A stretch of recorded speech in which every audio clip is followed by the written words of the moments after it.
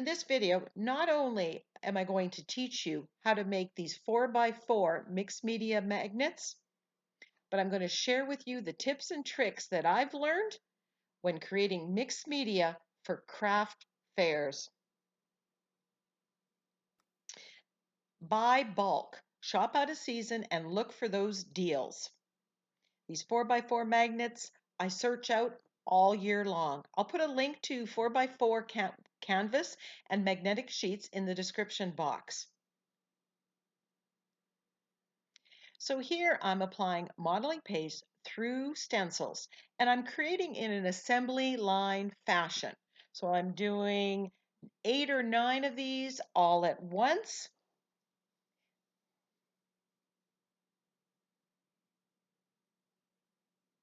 I clean off the stencil in between, and I'm making multiples. I'm using the same stencil twice, at least twice, before I move to another stencil.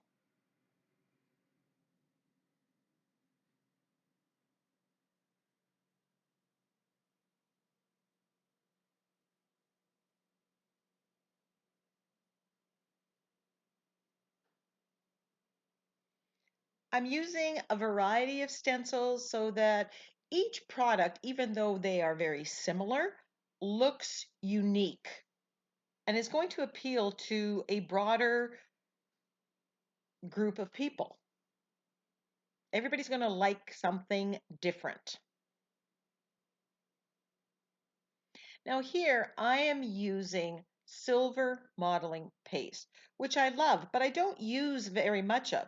So I'm using it instead of regular modeling paste. It's going to give me that texture, and it's going to add some bling. I'll list the stencils that I'm using in the description box.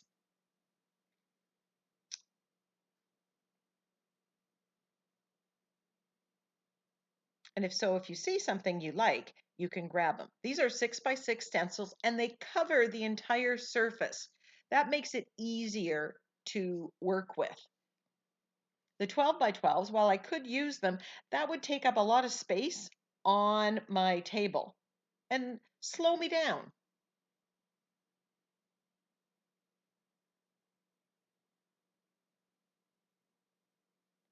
Because I'm doing an assembly line, I'm limiting my cleanup time. Once I've gone through all these stencils and put the modeling paste on these 9, I'm going to clean my stencils. So it's one cleanup.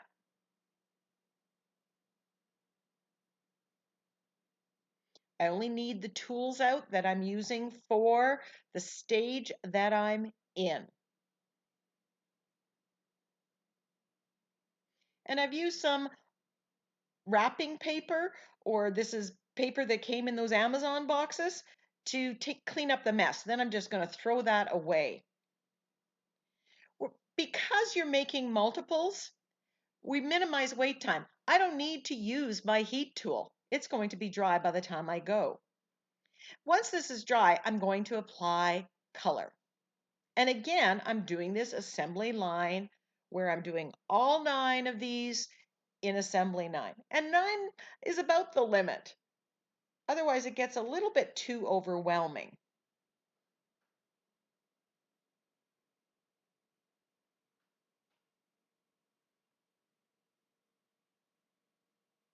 Get your hands dirty. That is the best tool for getting the paint on in the quickest possible way.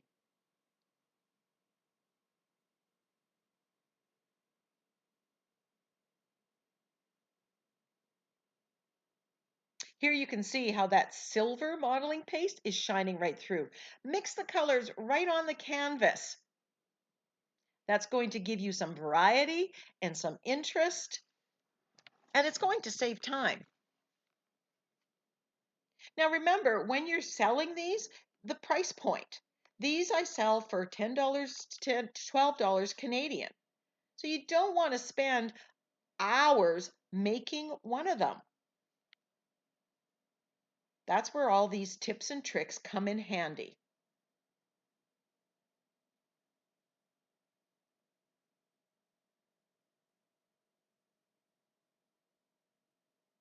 Also, when I sell them, I always have a multiple deal. So if I, for instance, if I sell each one for $10, I might sell 3 for 25. People like deals.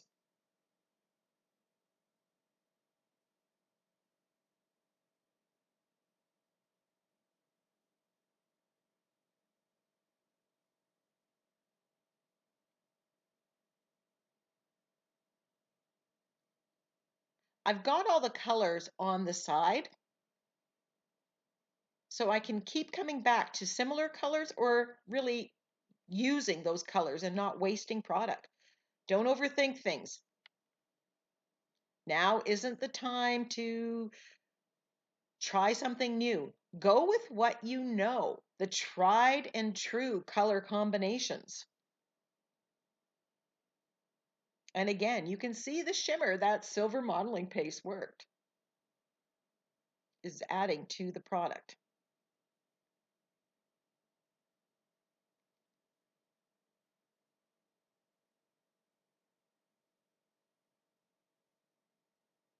You could also go super simple and have a colored background, paint it colored first, and then put the silver modeling paste on top. And then you have the shimmer and shine as well.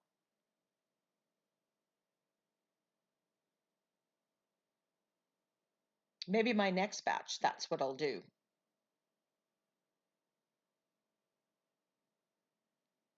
Do color combos that aren't always just your favorites. Everybody's different. Everybody likes different colors. So give them what they want.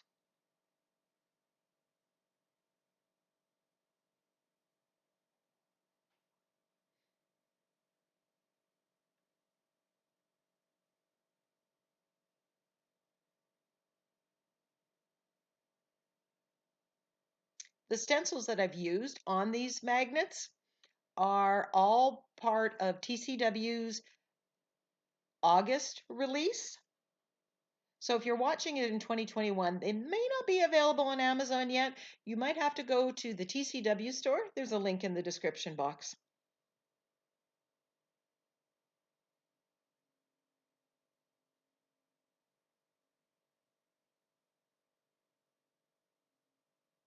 Great color combo, the bright aqua and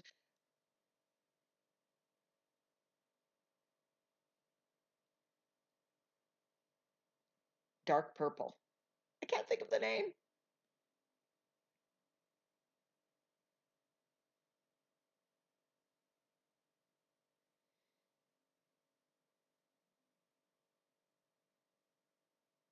And again, because you've painted all of them, you're not waiting for them to dry. Here I'm taking the blending foams from Ranger and adding gold or black or contrast. The finishing touches matter. You want your product to stand out. And because you've saved time in all these other areas, add that little something extra. So here I'm bringing out that texture so it really shows up, and I'm edging with the black. And because I'm doing an assembly line, I just have one blending foam to clean, or two.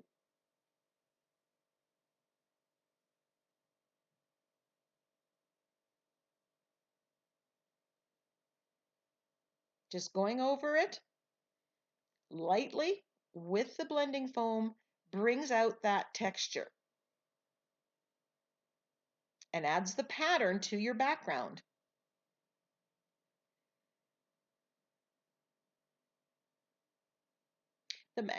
If I was to do this and just stencil without adding texture, it wouldn't be as nice a product.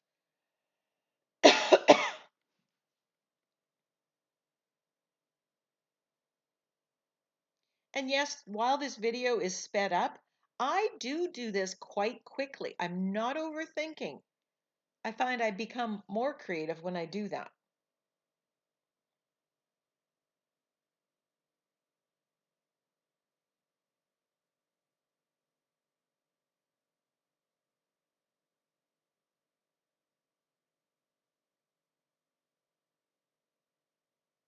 I put the modeling paste on one day. You don't have to do this in all one sitting. So break it up in what works for you. A couple hours here, a couple hours there. Or do each stage at a time.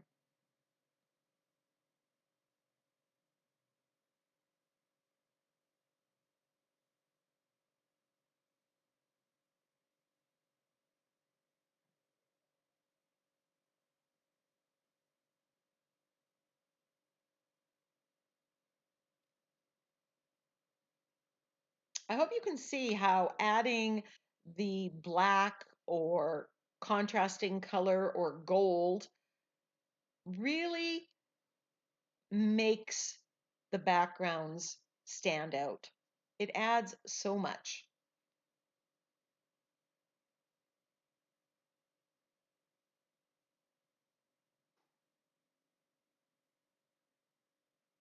And if you do something that absolutely doesn't work, you can always paint over it. You have the texture, that's not going anywhere, and you can improve it.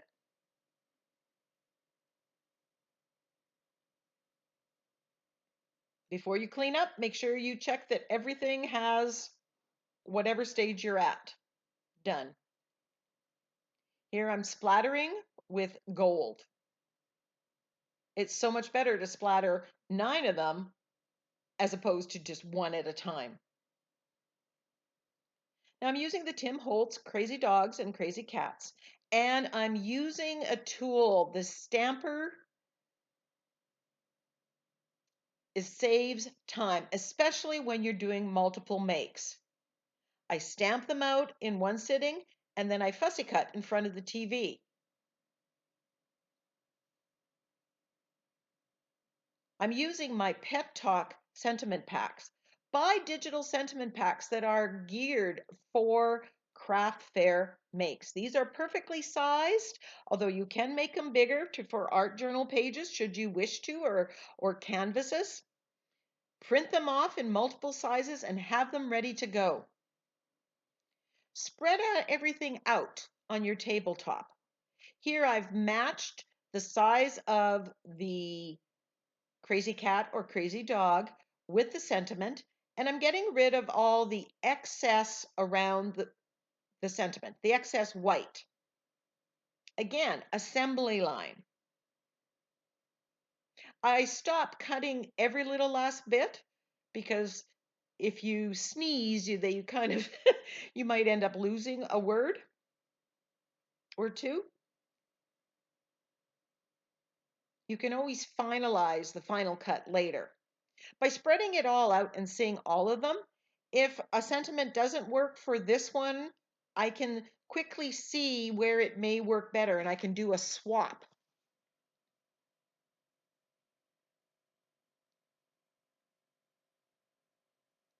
Now I'm going to colorize the dogs and cats. So I pull out all the colors and set it up on my glass mat, glass tray. Now I'm going to do the base coat on all the animals. I mix them with white gesso, or I'm mixing the colors, adding a little brown to build variation on the animals. And I'm matching it to the background. That background, I'm thinking the yellow or yellowish color is going to really stand out. And that's helping me decide what color. Add gesso and you've got a lighter color. Add a little bit black, you've got it more muted. Here I'm adding some burnt sienna. But because I have all those colors out, I just reach and grab. Use the brush that works best for you. Here I'm using an angle brush. I switch up to a small round brush that seemed to work better.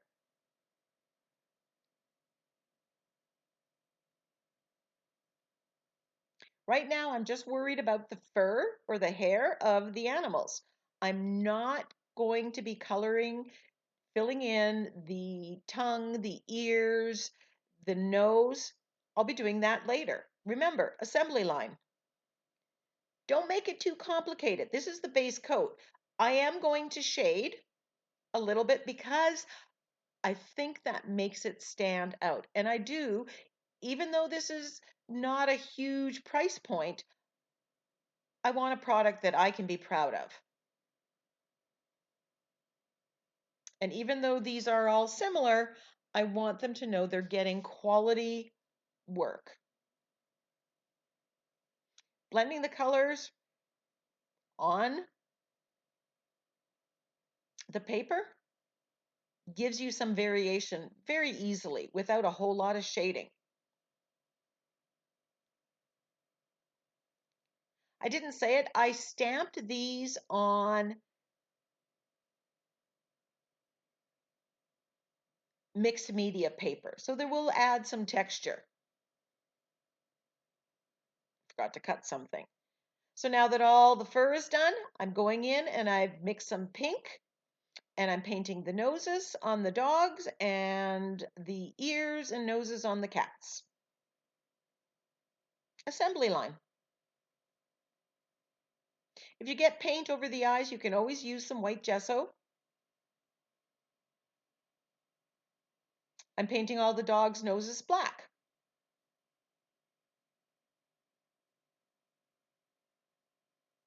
You could also use a Posca paint pen to fill it in, if that's your preferred way. Use the tool that works best for you.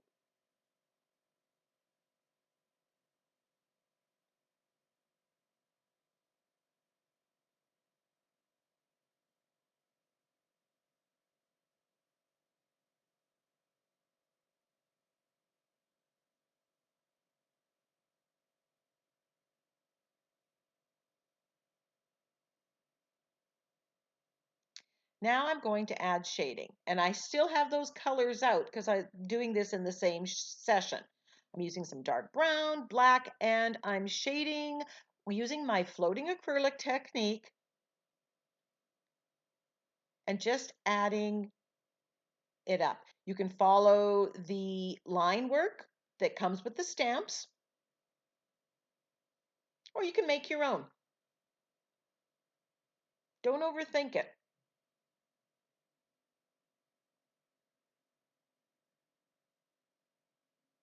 And while mostly I'm following the same thing, sometimes I mix it up and add splotches.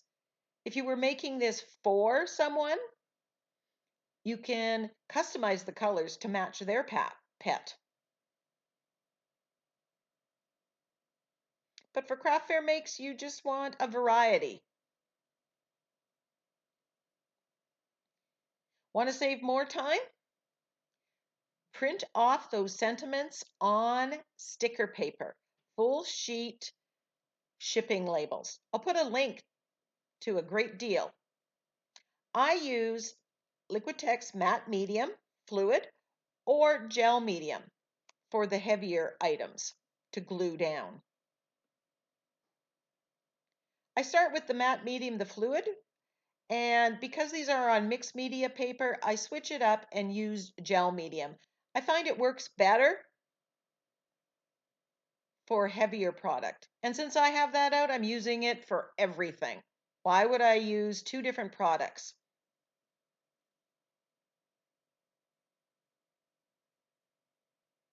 I would rather glue this down than peel off sticker paper, but when you have it on that adhesive paper, it works pretty slick.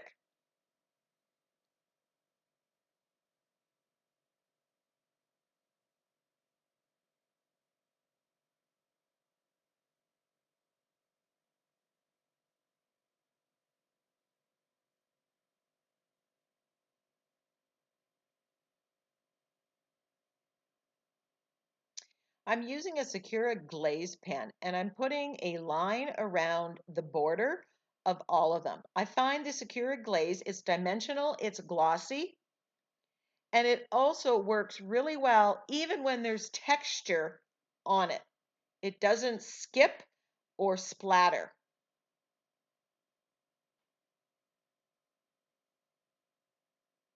I also go around all the sentiments. Again, it's all about those finishing touches.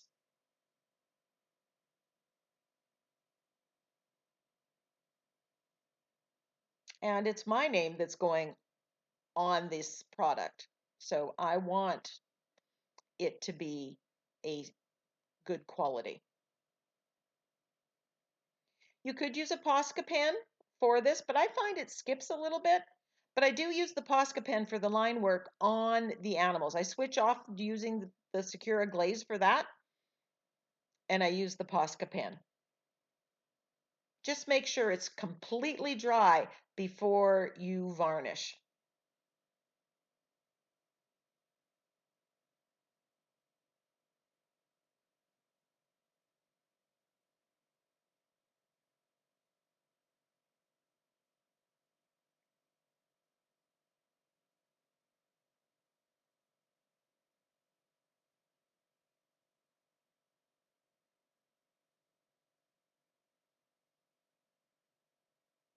I use the glaze pen for the eyes and the nose and the whiskers and around the sentiments, and then I use the Posca pen for the line work. Once these are all done, I give them 2 coats of Minwax Polycrylic varnish. I use clear satin. I like that little bit of shine. Now I get this very reasonably priced at a hardware store. I did find it on Amazon and it seems to be fairly close to the same price. You don't need expensive varnishes for this. I also buy sealable clear bags. Mine are 4 3/4 by 4 3/4, but I found some that are 5 by 5 in Amazon. You need something a little bigger. Remember, your magnet is 4 by 4. So whatever size canvas board you use, you need something bigger. As I said, there's many of these in Amazon, and if you can search for the right size. I got these at an art shop. Mine are 4 5/16 by 4 5/16. I find that this makes your product stand out. It keeps fingerprints off of it and protects it as well. Here's one that's packaged, and I print a label with my contact info using those full sheet adhesive papers. This will let the person who's gifted the magnet know where this comes from and if they like the product. Now you're going to want to take some time and clean the magnet. You can scratch it off with your nail, as I'm doing here. You can use a palette knife, but you want to be careful not to scratch the magnet. Now, if you have to buy canvas boards without the magnet on it and you've attached it, you're going to have to make sure the glue you use works. But then you won't have to clean the back of the canvas because you're going to put this in. Here I've sprayed it with my Murphy's oil soap mixture and it comes off really easily. Usually I'll do this after I varnish it. That way I'm not going to in any way damage the front. Just use a soft cloth to wipe it off. I hope you found this helpful. I've got close-ups of the finished products. If you have a question about making the magnets or about making them for a craft fair, ask in the comment section below. If you like the video, share it with your creative friends. And until next time, go get creative.